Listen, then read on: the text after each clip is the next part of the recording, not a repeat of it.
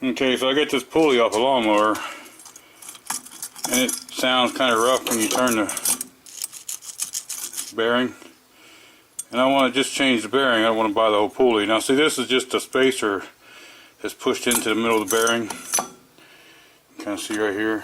We'll have to push that out later. A lot of times if you look on the side, you'll see the bearing number. I'm not really seeing the whole number, but I think this is the bearing. If not, I'll have to figure it out and order one. But I'm pretty sure that's going to be the bearing. Now what I want to do is there's a wider flat side, and then this side's a little taller. This is where they rivet it together. But I just find it's just as easy for me to take a big drill bit and drill this side out. We're going to drill them just until the head pops off, okay? Try to go to the center as much as you can. If you get it real close, if you only mess up like one hole or something, you'll probably be alright. So I don't know how well you're going to see this, but you just want to get your drill ready. Now if you had a vise you wanted to put it in, that'd be alright. I found as I get close to the center,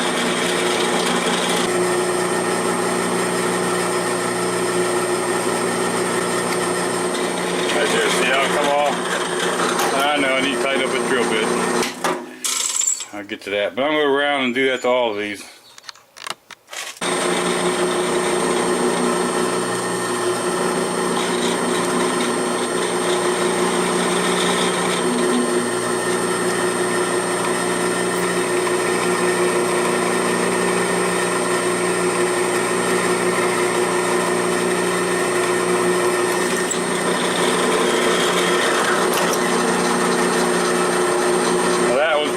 To being all the way through. I can either hit it just a little more, or I can hit it with a chisel. Sometimes you can just poke it right on down through too with the punch. Because that's what we'll do. All the ones we drill, we'll take a punch and come through and just smack them down. So a couple of these holes I was a little bit off on. Just try not to drill down through them too much. If you get one or two, doesn't go, it's no big deal. If you get a couple of them a little bit oversized, as long as the rest of them will keep it straight and the bearing will keep it straight. I get the biggest bolts I can diameter wise. A lot of time there'll be a 10, and then get the shortest.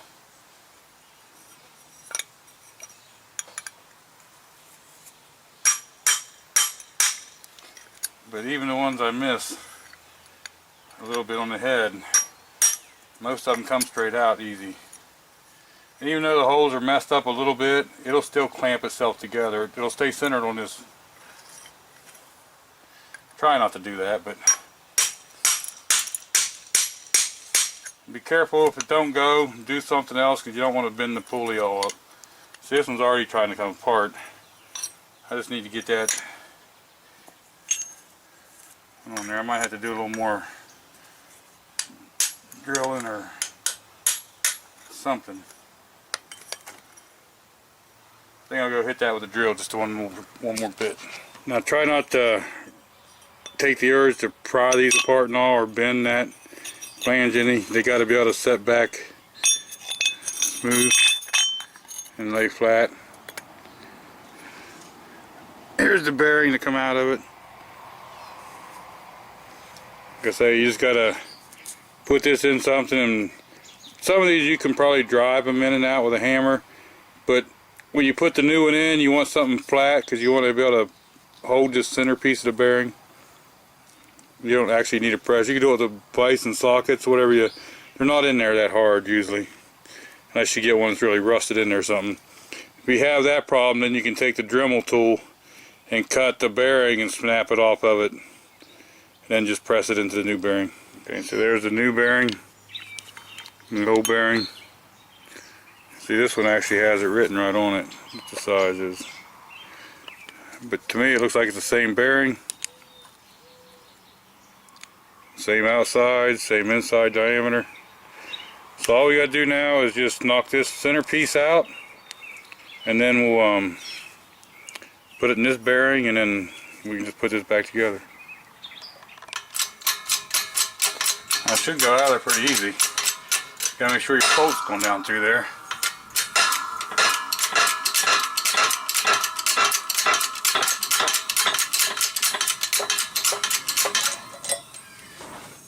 And there it is. That's what that thing looks like.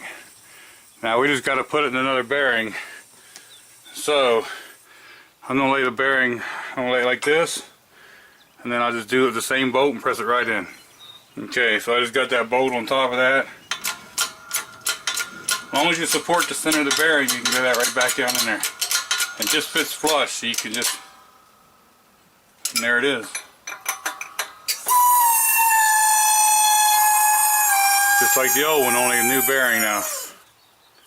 So now we just got to put it back in the pulley halves and then get a few bolts. Okay, so after you get all that pressed into the bearing, you just put the two halves together and put some screws through it and tighten them up. Tighten them up a little at a time and go around them a couple times. Number 10, and they're 1/2 inch long. You could get away with a little bit shorter. Some people double nut them. I use a little bit of blue Loctite when I assemble them. And what you end up with, is a pulley that looks like this.